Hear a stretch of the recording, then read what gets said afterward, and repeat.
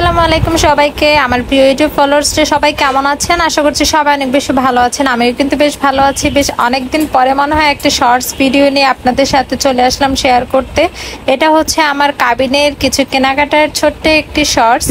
তো আমি চলে গিয়েছিলাম ফার্স্টে নিউ মার্কেটের যে পূর্ণিমা শাড়ির তৃতীয় তলায়। তো সেখানে কিন্তু হিউজ কালেকশন রয়েছে শাড়ির। তা আমি সেখান থেকে আমার কাবিনের শাড়িটা নিয়েছিলাম। এই হালকা কালার যে শাড়িটা দেখলেন ওটাই নিয়েছিলাম।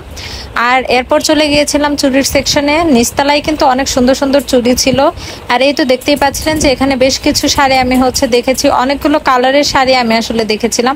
এটা আমার হাজবেন্ড চুজ করছিল যে এটা নাও, বাট আমি আসলে এটা নেইনি। আমি ফার্স্টের যে শাড়িটা দেখালাম সেটাই পরেছিলাম, আর এটা অনেক বেশি সুন্দর লেগেছিল। তো যাই হোক, আর এই চুড়িগুলো আমি ওর পছন্দে নিয়েছিলাম। এই চুড়িগুলো কিন্তু অনেক সুন্দর লেগেছে ওই শাড়ির সাথে।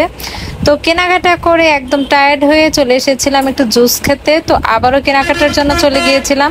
আর এই শাড়িটা আমার বাসায় সবাই পছন্দ করছিল, এই রেড কালারের শাড়িটা। তো জানাবেন আসলে কোন শাড়িটা সব থেকে বেশি সুন্দর ছিল। আমার চুড়ি কেনাকাটা করতে কেন জানি না অনেক বেশি ভালো লাগে, তাই আমি বারবারই চুড়ির দোকানে চলে যাচ্ছিলাম। আর আমি কিন্তু সেদিন বেশ কয়েক আইটেমের চুড়ি নিয়েছিলাম। আসলে আমি তখন বুঝতে পারছিলাম না যে আমি কোন চুড়িগুলো আসলে পরবো। তো এখানেও কিন্তু ওই রকম কোয়ালিটির সবগুলো চুড়ি ছিল।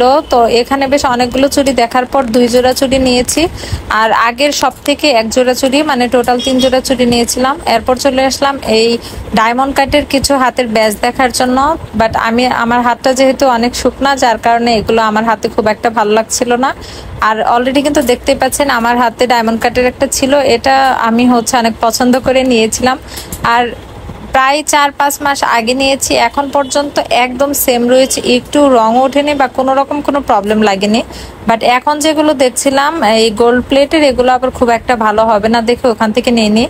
তো ওখান থেকে বেরিয়ে একটা সুন্দর রেস্টুরেন্টে চলে গিয়েছিলাম। আর এটার ডিটেল ব্লগ পরবর্তীতে শেয়ার করব। যাই হোক, বেশ অনেক কিছুই তো কেনাকাটা করলাম, আর সবকিছু আপনাদের সাথে টুকটাক একটু দেখানোর চেষ্টা করেছি। এরপরও কিন্তু আরো বেশ কিছু কসমেটিক্স আইটেমও কেনা হয়েছিল, বাট সেগুলোর সেরকম কোনো ক্লিপস নেইনি।